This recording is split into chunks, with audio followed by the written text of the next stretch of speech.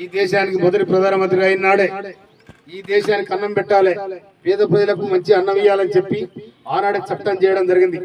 ఆ తర్వాత ఇందిరాగాంధీ కూడా ఈ పేద ప్రజానికానికి అన్నం పెట్టాలని చెప్పి ఆనాడు మనకున్న కోట్ల విజయభాస్కర్ రెడ్డి గారి ముఖ్యమంత్రి ఉన్నాడు ₹1.90 కిలో బియ్యం ఇవ్వడం జరిగింది. ఆ తర్వాత ఎన్టీ రామారావు వచ్చినాడు కూడా ₹2 కిలో బియ్యం ఇచ్చారు.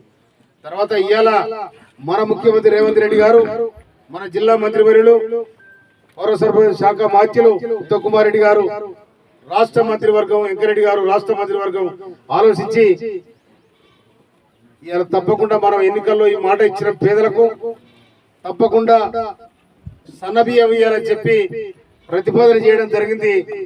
సన్నబియ్యం 1 కిలోకు ₹49.11 పెట్టి గవర్నమెంట్ కొని మనకు ఫ్రీగా ఇస్తా ఉంది, మనిషికి 6 కిలోలు. కనుక రాష్ట్ర ప్రభుత్వం పేదల పక్షాన, బీదల పక్షాన, రైతుల పక్షాన, బడుగు బలహీన వర్గాల పక్షాన కాంగ్రెస్ పార్టీని మీరు గెలిపించినందుకు కనీసం ఛాయబోతేనే రుణం తీర్చుకున్నట్టు అయింది. కనుక ప్రజలకు ఇచ్చిన మాట నిలబెట్టుకోవాలని చెప్పి ఇవాళ మన రాష్ట్ర ముఖ్యమంత్రి రాష్ట్ర మంత్రివర్గం బ్రహ్మాండంగా ఆలోచించి ఈ సన్నబియ్యం ప్రోగ్రాం పెట్టడం జరిగింది. అదే విధంగా ఎన్నికల్లో ఇచ్చిన మాట ప్రకారం 200 యూనిట్ల వరకు ఎవరు కూడా కరెంట్ బిల్లు కట్టాల్సిన అవసరం లేదని చెప్పింది. ఆ కరెంట్ బిల్లు కూడా కడతలేదు.